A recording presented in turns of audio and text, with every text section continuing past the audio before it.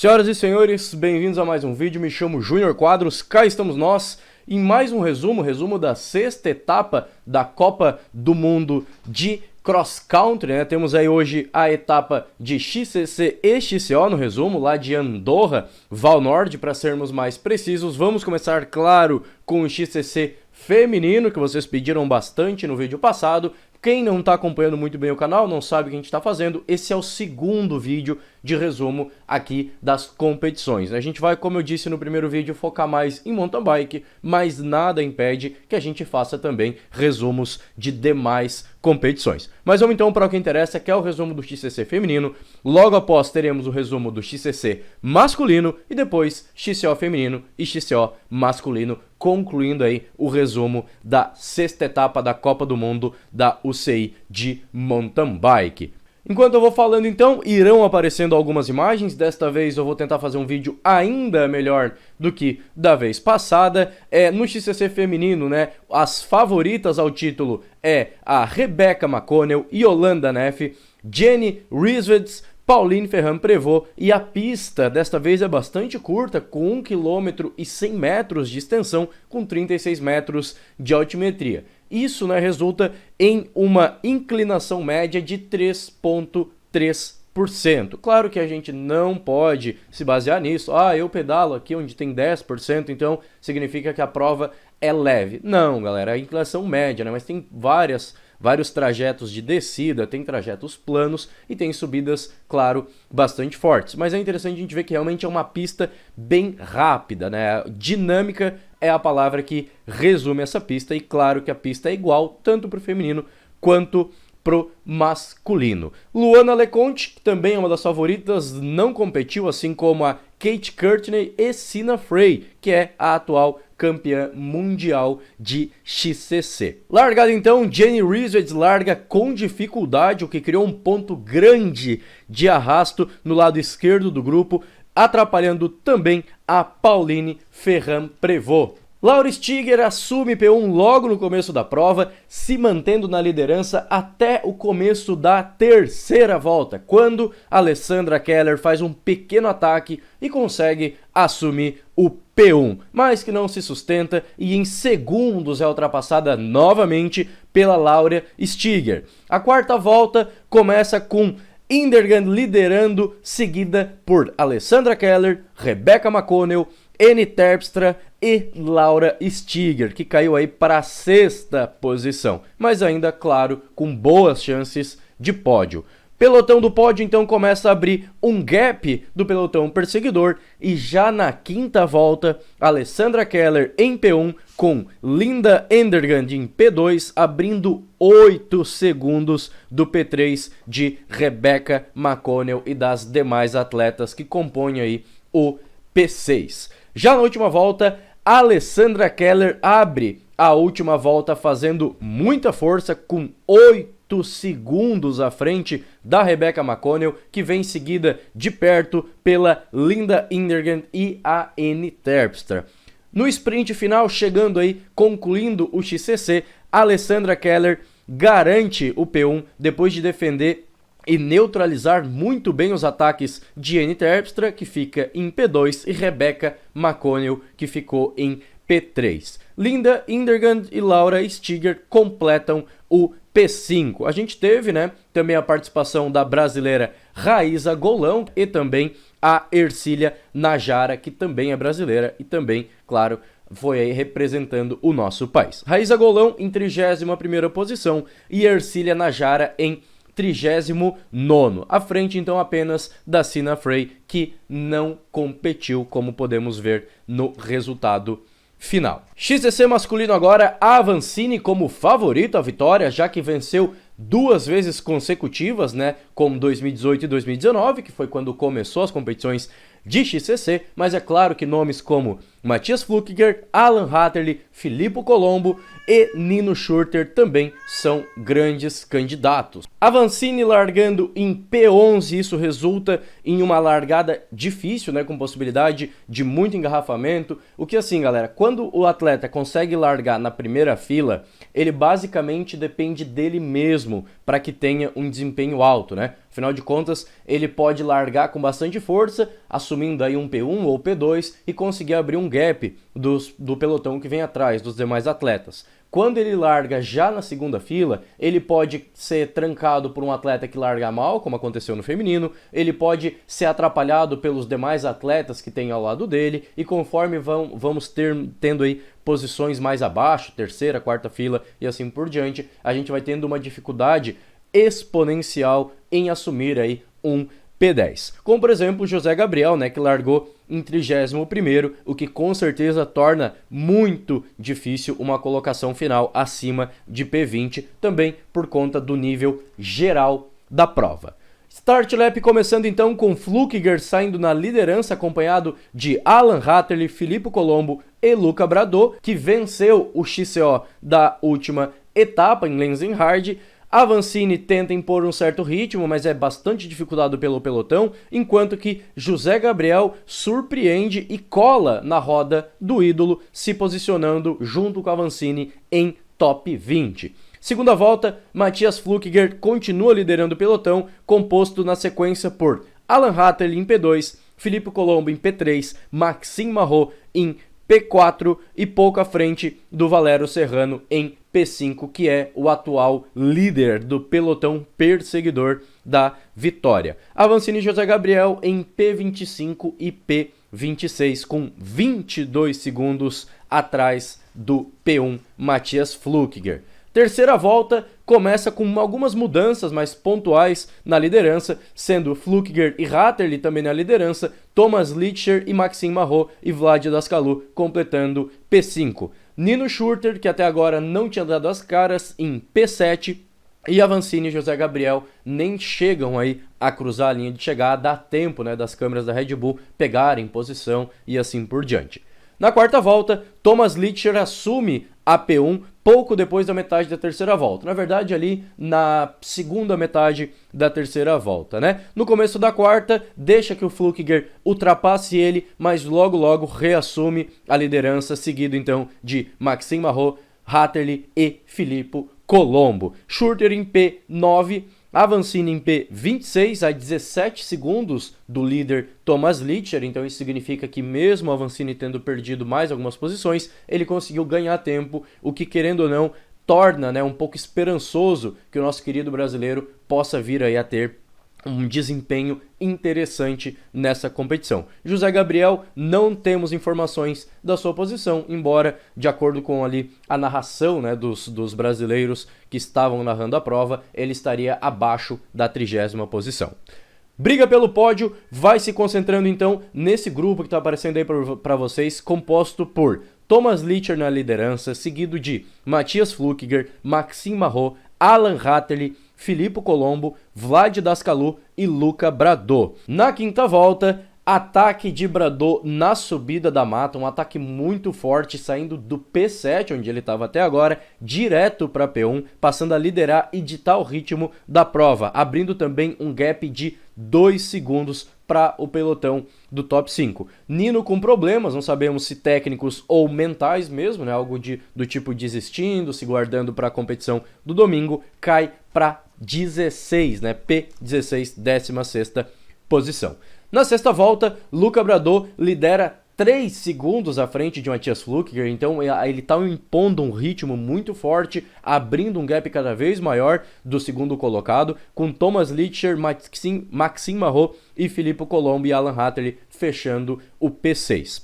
Sétima volta, Luca Bradot mais azarado do que nunca. Uma queda de corrente no final da sexta volta faz o italiano cair para P6, enquanto que a liderança agora fica a critério de Matthias Flückiger, Alan Hatterley, Vlad Dascalu, Thomas Lichter e Maxime Marot.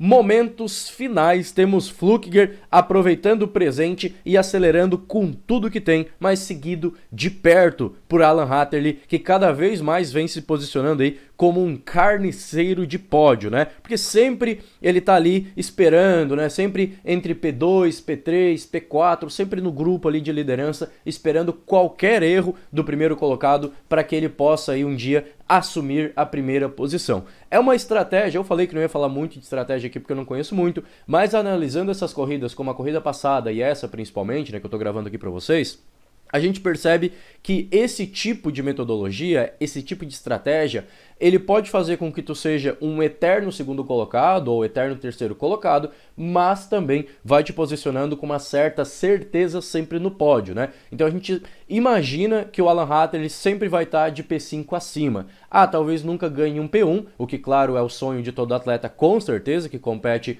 na UCI, mas estar sempre entre os melhores vai posicionando ele como um atleta muito forte e claro que, assim como aconteceu um erro ali, um azar, né, de uma queda de corrente com o Luca Brador, poderia acontecer alguma coisa com o Matthias Flückiger também na volta final e o Alan Hatter ele ficaria automaticamente em primeira posição, ao invés de ficar ali se desgastando, se matando, se arriscando demais para tentar assumir uma primeira colocação. Não estou dizendo que ele tem potencial, tem força para arriscar ainda mais, né, e se colocar em primeiro lugar, mas fica se guardando. Eu acho que realmente ele dá tudo de si para se manter entre o top 5, né? Ele fica ali naquelas de eu não consigo ter força para ir além do P5, mas se eu conseguir me manter sempre no P5, uma hora ou outra alguma coisa vai se alinhar aí e eu vou acabar ganhando. Acho uma estratégia bem interessante, até mesmo do ponto de vista de patrocinadores, por exemplo, isso pode ser muito favorável para ele. Sprint final, Hatterley pressiona Matthias Flückiger, mas ele defende muito bem e vence o XCC com Daskalu em P3, 4 segundos dos líderes Thomas Licher e Jordan Sarro em P4 e P5, 11 segundos depois. Luca Brador ainda garante P6, o que é sensacional para o que aconteceu com ele. Pô, imagina tu tá liderando uma prova com esse nível, a tua corrente cai, tu desce da bicicleta, arruma a corrente, volta a competir e ainda consegue ficar não só em top 10, mas ali em P6, né? Ou seja, desde que ele subiu na bicicleta, depois que ele pôs a corrente, ele conseguiu se manter naquela posição. Ele não foi ultrapassado pelos demais. O Nino termina em P15, Avancini em P27 e o José Gabriel termina em P34. Sobre a Avancini, eu sei que muitos, assim como eu, têm ficado aí pensando por que ele está tendo um desempenho não tão interessante assim. E galera, eu sei que é muito legal ver o José Gabriel, por exemplo, competindo num ranking mundial entre os melhores 40 atletas do mundo, mas bom mesmo, né, é o P10. P10 é os 10 melhores do mundo. O P40, ele se chegar em último, não é ruim porque ele já tá numa UCI, mas é ruim porque ele não ganhou de ninguém que tá lá competindo com ele, entendeu? Então isso significa que o José Gabriel é ruim? Longe disso. Se ele fosse ruim, não estaria lá, né? Só significa uma coisa. Os nossos atletas brasileiros, eles têm uma desvantagem muito grande perante atletas canadenses, americanos, suíços, franceses e demais que a gente vê aí afora, porque pensa bem, os principais líderes do campeonato são suíços, né? Não significa que os suíços são melhores por si só, tem um ritmo mais acelerado naturalmente. Não, para mim o que isso mostra é que nesses países mais desenvolvidos, a gente tem um investimento no atleta já desde muito cedo. É normal que a gente veja vídeos aí de crianças lá de fora, né, Europa, etc., com 10, 8 anos, fazendo manobra, descendo trilha, em treino, bike park, etc., enquanto aqui as nossas crianças muitas vezes não têm nenhuma bicicleta digna de conseguir sequer treinar em estradão. Então, assim, aqui para um atleta brasileiro, ele se sobressair como a Avancini fez, ele tem que ter uma garra muito maior do que os atletas lá de fora, né? Os atletas lá de fora, eles têm esse ponto a favor da nacionalidade, eles têm esse ponto de que o ciclismo é tão bem visto quanto um futebol é aqui, por exemplo. Então, assim, José Gabriel tá de parabéns por estar conseguindo se impor, por estar conseguindo, mesmo tendo todo esse ônus do nosso país que não ajuda como poderia um atleta de ciclismo, tá lá se colocando junto com os principais do mundo, tá brigando para tentar chegar na frente, com certeza um dia vai conseguir se continuar com essa garra. E sobre o Avancini tá aí meio que decepcionando, digamos assim, né? A gente sempre achando que ele poderia ganhar, afinal de contas ele era hoje o favorito para a vitória, e acabar em P27, ele se pronunciou na rede social dele, no Instagram, dizendo que ele está com problema respiratório há já 15 dias e que ele não aguenta mais não conseguir entregar tudo que ele pode, né? Fazer o melhor possível nas competições. Então tá aí o motivo do Avancini tá atrás do P10, que a gente está acostumado a ver ele, e tomara, então, vamos torcer, vamos mandar energias aí para que a Avancini se recupere logo, porque a gente está ansioso para ver o nosso atleta brasileiro favorito voltando às cabeças do XCC e do XCO da UCI. Então agora a gente sabe que não, a Avancini não está esgotado, a Avancini está doente. Então, Avancini, melhoras para ti. José Gabriel, continua com essa garra que eu tenho certeza absoluta que tu vai conseguir chegar muito longe. E vamos agora então ao resumo do XCO feminino e masculino. Galera, vamos então agora para o resumo do XCO feminino. A gente tem aqui na primeira volta já com a largada forte da Anne Terpstra assumindo o P1, seguida por Alessandra Keller, Rebecca McConnell e Pauline Ferrand-Prévot, 11 segundos atrás, aí, liderando o pelotão perseguidor. O engarrafamento no Rock Garden atrapalhou demais as brasileiras e separou ainda mais o grupo líder das demais atletas. Na segunda volta, Anne Terpstra e Rebecca McConnell em P1, perseguidas por um pequeno pelotão liderado por Alessandra Keller em P3. Pneu furado de Rebecca McConnell faz com que ela perca boas posições e se esforce bastante para chegar logo no apoio que é bem distante aí da região do furo, né? Na terceira volta, Terpstra impondo o ritmo, abre 30 segundos do P5 com Laura Stiger liderando o pelotão perseguidor e Rebecca McConnell abaixo do P20, né? Que acaba também sofrendo uma queda no Rock Garden. Quarta volta, Anne Terpstra destrói as adversárias, abre um gap de 1 minuto e 8 segundos para Laura Stiger e o pelotinho ali que está brigando pelo segundo lugar.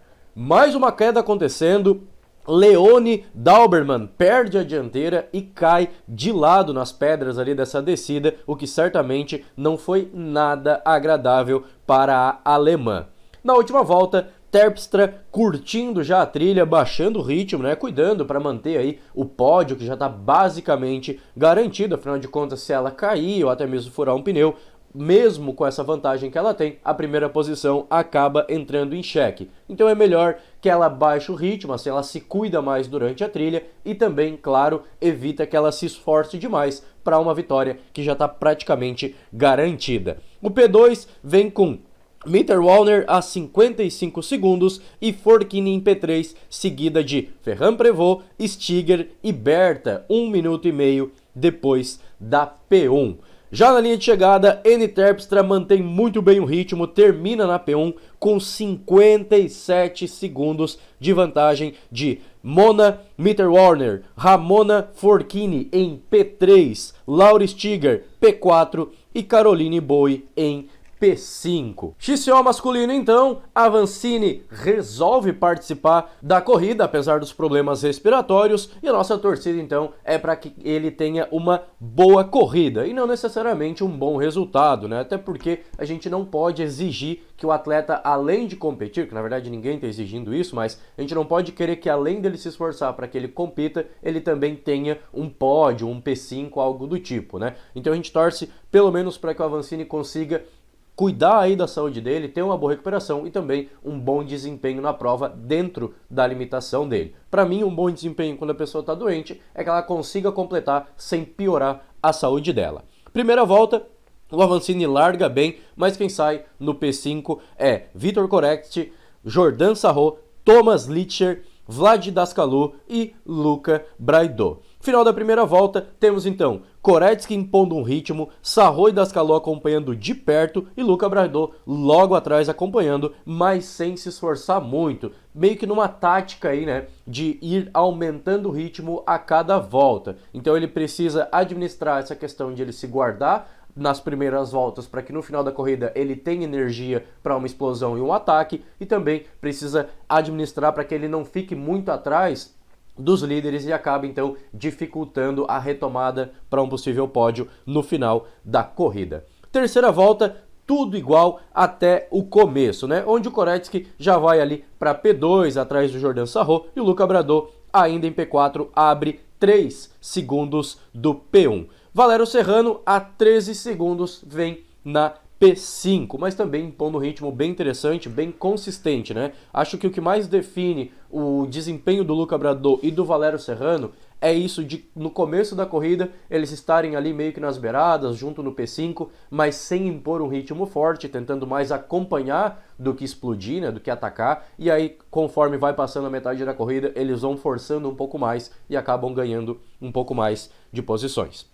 A quarta volta começa com um grupo da liderança um pouco maior, Koretsky liderando, Valério Serrano e Tito Ancarro em P5 e P6, só 4 segundos atrás do P1, enquanto que o pelotão perseguidor passa depois de 16 segundos. Né? Então a gente já vai tendo uma quebra aí e tendo os possíveis P3, né, já meio que definidos entre os 6 primeiros dessa quarta volta. Inclusive o Valério Serrano, como a gente acabou de falar, como eu acabei de dizer, que ele vem se guardando no início e depois ele tenta dar uma explodida, um ataque forte, retomar um P1, ele ataca, assume o P1 na quinta volta, na quarta volta, perdão, e ele vai se mantendo liderando, impondo um ritmo até que forte para o pelotinho ali da liderança até a quinta volta. A quinta volta então vai começar liderada pelo Valério Serrano, com o Dascalu e o Bradot na roda do P1 e 13 segundos à frente de Jordan Sarro e Victor Koretsky, que fecham o P5. Nino vem na P6, 23 segundos depois do P1, após sair da 19ª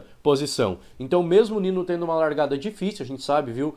Aqui quando eu falei do XCC, né, que quando a pessoa larga, quando o atleta larga abaixo da 10ª posição, ele já larga mais para trás, então ele pega muito trânsito e acaba ficando difícil de ele ter um desempenho, várias ultrapassagens ao longo da corrida. Claro que isso mais no XCC, porque o XCO, como ele é uma corrida mais longa, tem uma pista mais comprida, tem várias margens, vários locais de possível ultrapassagem. Se o atleta se manter consistente e ganhando aí energia, né, tendo uma energia distribuída bem corretamente ao longo das 6 voltas, ele consegue ir aí ultrapassando. Claro que é difícil sair de 19ª posição para primeiro, não é impossível, mas é difícil. Porém, sair de um 19º para um P5 já se torna muito mais plausível do que no XCC. Final da quinta volta, Dascalu ataca o Serrano e leva o Bradot de carona. Então a gente já vê que possivelmente a estratégia do Bradot e do Serrano são muito parecidas. A diferença principal para mim é que o Bradot ele desce melhor que o Serrano é bem alto, é um atleta muito grande, né? Então ele tem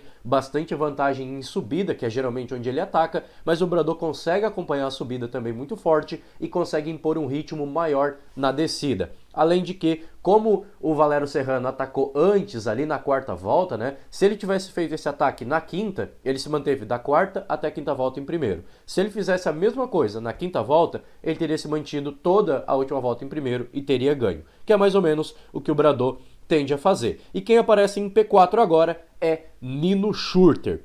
Última volta, Dascalu na P1 abre 4 segundos do Bradot, que deve ter dado uma baixada no ritmo ali para tentar um ataque a partir da metade da última volta. Serrano 8 segundos depois e Nino Schurter ainda brigando pelo pódio, vem impondo bastante força, mais 20 segundos atrás do Dascalu. Bradot ataca Dascalu na mata da subida técnica, Serrano encosta no P2 e Bradot dispara na frente. Então, aquela questão ali que eu comentei, né, de que o Bradot no final ali na linha de chegada, quando foi para a última volta, talvez estivesse se guardando um pouquinho para depois explodir, fazer um ataque e meio que disparar na frente, é exatamente o que aconteceu. E Dascalu, ele possivelmente teve um pneu furado ali, os comentaristas falaram alguma coisa sobre, o pneu parecia estar bem murcho mesmo, mas não chegou a tocar no aro. Então talvez o Tubeless tenha entrado em ação, algo do tipo, mas foi suficiente para que o Schurter colasse nele e após impor um ritmo muito forte na penúltima volta, né? O Vlad Dascalu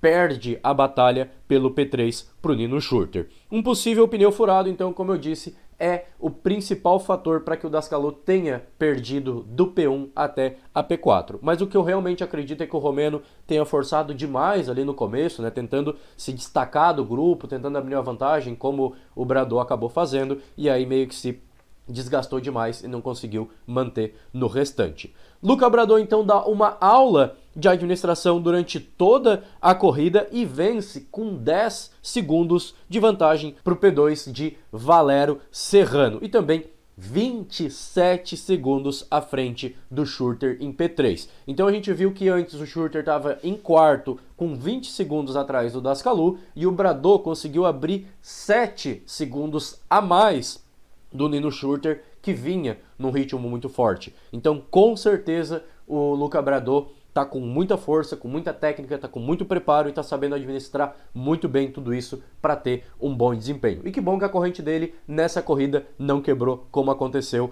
no XCC, né? Então ele teria ganho o XCC se não fosse a corrente e ganhou o XCO mais do que merecido. Dascalu e Jordan Sarrot fecham então o P4 e o P5. Não acabei pegando as posições do Henrique Avancini, eu ouvi que o José Gabriel ficou na P80, né? Então um desempenho bastante complicado. A gente sabe que, assim como no feminino, teve o trânsito ali no Rock Garden, então quem fica mais para trás dificilmente vai conseguir ultrapassar e galgando tantas posições. Se tu larga acima do P20, talvez até acima do P30, é mais fácil de tu ganhar 10, 15 posições. Se tu larga lá para trás, para te chegar em P40, por exemplo, tu tem que ultrapassar 30, 40 atletas. Então isso é muito difícil. O Avancini eu também não vi a posição dele, mas como eu disse no início, o que importa é que ele completasse e ele completou. Então, muito bem, espero que o Avancini consiga se recuperar, espero que ele melhore logo aí do problema pulmonar que ele está enfrentando, né, para que a gente veja o nosso atleta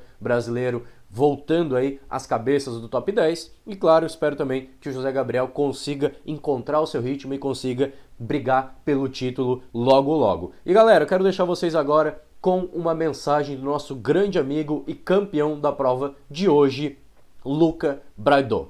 Melhor canal de bike do mundo? Ah, pra mim é o Bike Mundo lá do Júnior Quadros. Então já aproveita, te inscreve e claro, deixa o like também, né?